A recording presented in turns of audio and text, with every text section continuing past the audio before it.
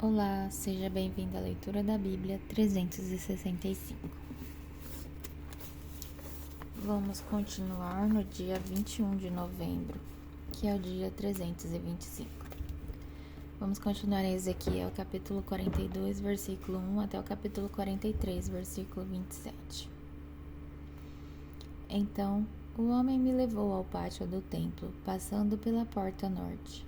Entramos no pátio externo e chegamos a um edifício com salas junto à parede do pátio interno. Esse edifício, cuja entrada dava para o norte, tinha 50 metros de comprimento e 25 metros de largura. Um conjunto de salas dava para o espaço do pátio interno, que tinha 10 metros de largura. Outro conjunto de salas dava para a calçada do pátio externo. Os dois conjuntos tinham 3 andares e ficavam um em frente para o outro. Entre os dois conjuntos de salas havia uma passagem, com 5 metros de largura.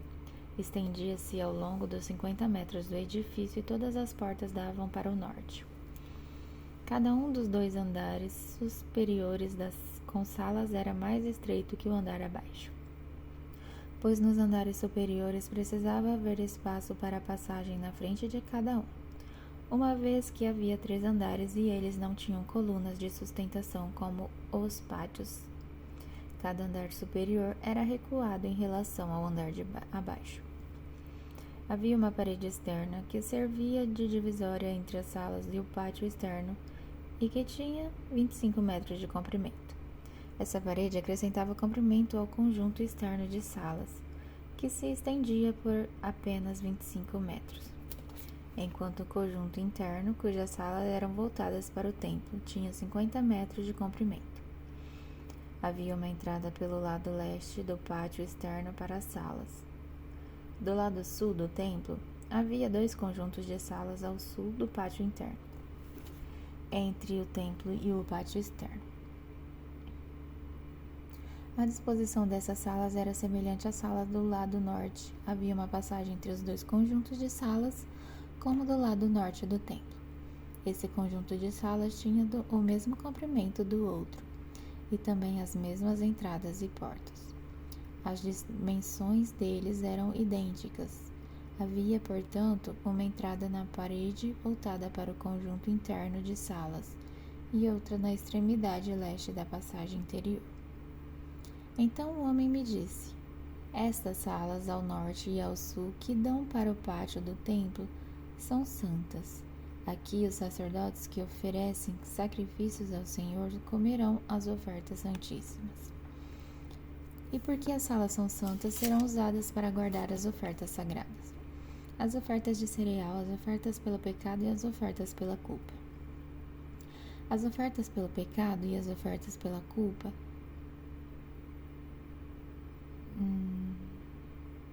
quando os sacerdotes saíram do santuário, não irão diretamente para o pátio externo.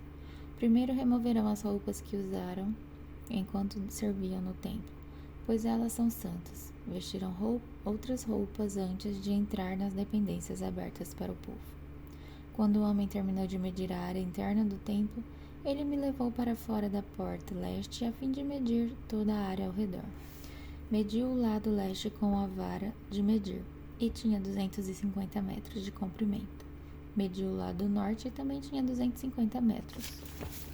O lado sul tinha 250 metros. E o lado oeste também tinha 250 metros. Portanto, a área tinha 250 metros de cada lado e um muro ao redor para separar o santo do comum. Depois disso,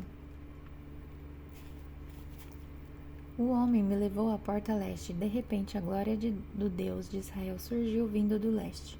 O som de sua vinda era como o rugido de águas revoltas, e toda a paisagem se iluminou com sua glória. A visão era como as outras que eu havia tido, primeiro junto ao rio Quebar e depois quando ele veio destruir Jerusalém. Prostrei-me com o rosto no chão e a glória do Senhor entrou no templo pela porta leste. Então o Espírito me pôs em pé e me levou ao pátio interno, e a glória do Senhor encheu o templo. Ouvi alguém falar comigo de dentro do templo, enquanto o homem que havia tomado as medidas estava ao meu lado. O Senhor me disse: Filho do homem, este é o lugar de meu trono e o lugar onde descansam meus pés. Habitarei aqui para sempre no meio do povo de Israel. Eles e seus reis nunca mais profanarão o meu santo nome ao cometer adultério adorando outros deuses, ou ao honrar relíquias de seus reis que morreram.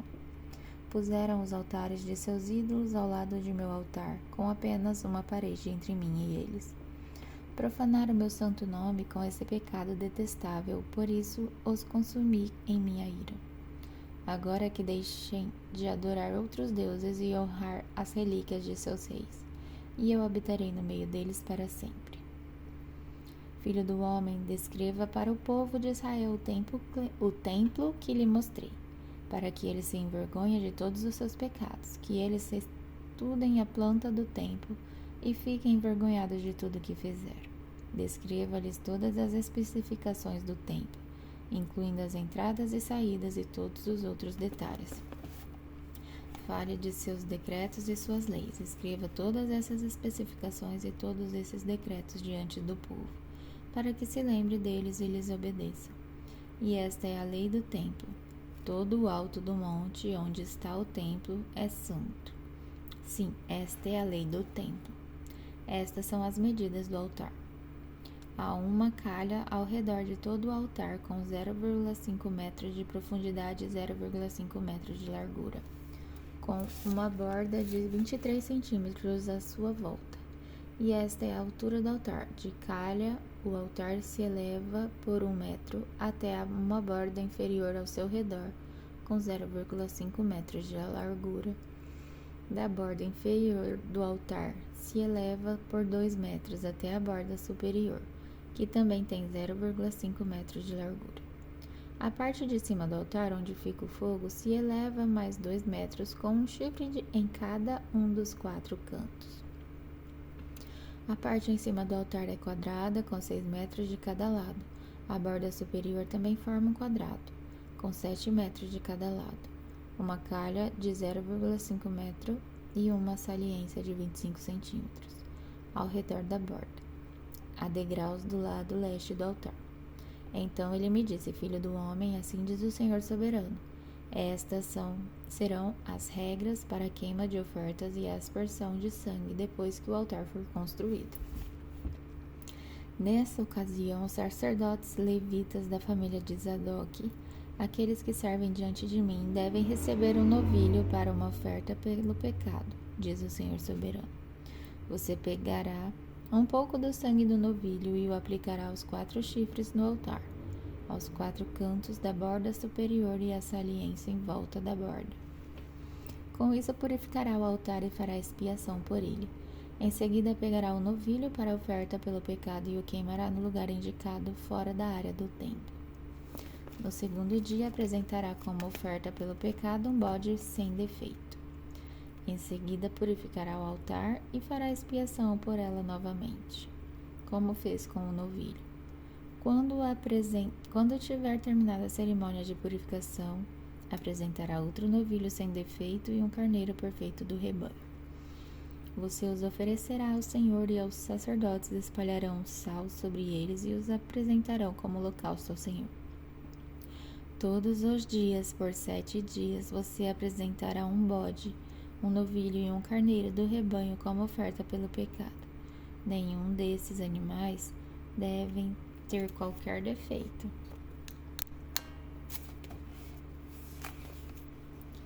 Fará isso todos os dias por 7 dias para purificar o altar e fazer expiação por ele, e desse modo separá-lo para o uso sagrado. No 8º dia e a cada dia depois disso, os sacerdotes oferecerão no altar os holocaustos e as ofertas de paz do povo. Então eu aceitarei vocês. Eu, o Senhor soberano, falei. Agora em Tiago, capítulo 5, versículo de 1 a 20. Prestem atenção, vocês que são ricos, chorem e gemam de angústia por causa das desgraças que os esperam. Sua riqueza apodreceu, e suas roupas finas são trapos comidos por traças. Seu ouro e sua prata estão corroídos. A mesma riqueza com a qual vocês contavam devorará a sua carne como fogo. Esse tesouro corroído que vocês acumularam testemunhará contra vocês nos últimos dias. Por isso, ouçam os clamores dos que trabalham em seus campos, cujo salário vocês retiveram de modo fraudulento. Sim, os clamores dos que fizeram a colheita em seus campos chegaram aos ouvidos do Senhor dos Exércitos. Vocês levam uma vida de luxo na terra, satisfazendo seus desejos e engordando a si mesmos, para o dia do abate. Condenam e matam inocentes, sem que eles resistam. Por isso, irmãos, sejam pacientes enquanto esperam a volta do Senhor. Vejam como os lavradores esperam pacientemente as chuvas do outono e da primavera. Com grande expectativa, aguardam o amadurecimento de sua preciosa colheita. Sejam também pacientes, fortaleçam-se em seu coração, pois a vinda do Senhor está próxima. Irmãos, não se queixem uns dos outros, para que não sejam julgados. Pois vejam, o juízo está à porta. Irmãos, tomem como exemplo de paciência no sofrimento os profetas que falaram em nome do Senhor. Consideramos felizes aqueles que permanecem firmes em meio à aflição. Vocês ouviram falar de Jó, um homem de muita perseverança. Sabem como no final o Senhor foi bondoso com ele, pois o Senhor é cheio de compaixão e misericórdia. Acima de tudo, meus irmãos, não jurem pelo céu, nem pela terra, nem por qualquer outra coisa. Que seu sim seja de fato sim, e seu não, não, para que não pequem e sejam condenados. Alguns de vocês estão passando por dificuldades? Então ore. Alguém está feliz? Cante louvores. Alguém está doente? Chame os presbíteros da igreja para que venham e orem sobre ele e o unjam com óleo, em nome do Senhor. Essa oração de fé curará o enfermo e o Senhor o restabelecerá. E se cometeu algum pecado, será perdoado. Portanto, confessem seus pecados uns aos outros e orem uns pelos outros para serem curados. A oração de um justo tem grande poder e produz grandes resultados. Elias era humano como nós, e no entanto, quando orou insistentemente para que não caísse chuva, não choveu durante 3 anos e meio. Então ele orou outra vez e o céu enviou chuva, e a terra começou a produzir suas colheitas. Meus irmãos, se algum de vocês se desviar de verdade e for trazido de volta, saibam que quem trouxer o pecador de volta de seu desvio os salvará da morte e trará perdão para muitos pecados. Agora em Salmos, capítulo 119, versículo de 1 a 6. Como são felizes os íntegros, os que seguem a lei do Senhor. Como são felizes os que obedecem aos seus preceitos e o buscam de todo o coração. Não praticam o mal e andam em seus caminhos. Tu nos encarregaste de seguir fielmente tuas ordens. Meu grande desejo é que minhas orações sempre reflitam teus decretos. Então não ficarei envergonhado quando meditar em todos os teus mandamentos. Eu te darei graças por viver corretamente à medida que aprender teus justos estatutos. Obedecerei a teus decretos. Por favor, não desistas de mim. Como pode o jovem se manter puro, obedecendo a tua palavra? De todo o meu coração te busquei, não permitas que eu me desvie de teus mandamentos. Guardei tua palavra em meu coração para não pecar contra ti. Eu te louvo, ó Senhor. Ensina-me teus decretos. Recitei em voz alta todos os estatutos que nos deste. Alegrei-me com o caminho apontado por teus preceitos, tanto quanto com muitas riquezas. Meditarei em tuas ordens e refletirei sobre teus caminhos.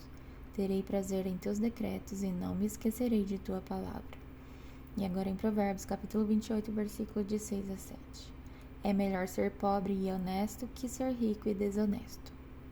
O filho que obedece à lei demonstra prudência. Aquele que anda com libertinos envergonha seu pai. até o dia 22 de novembro.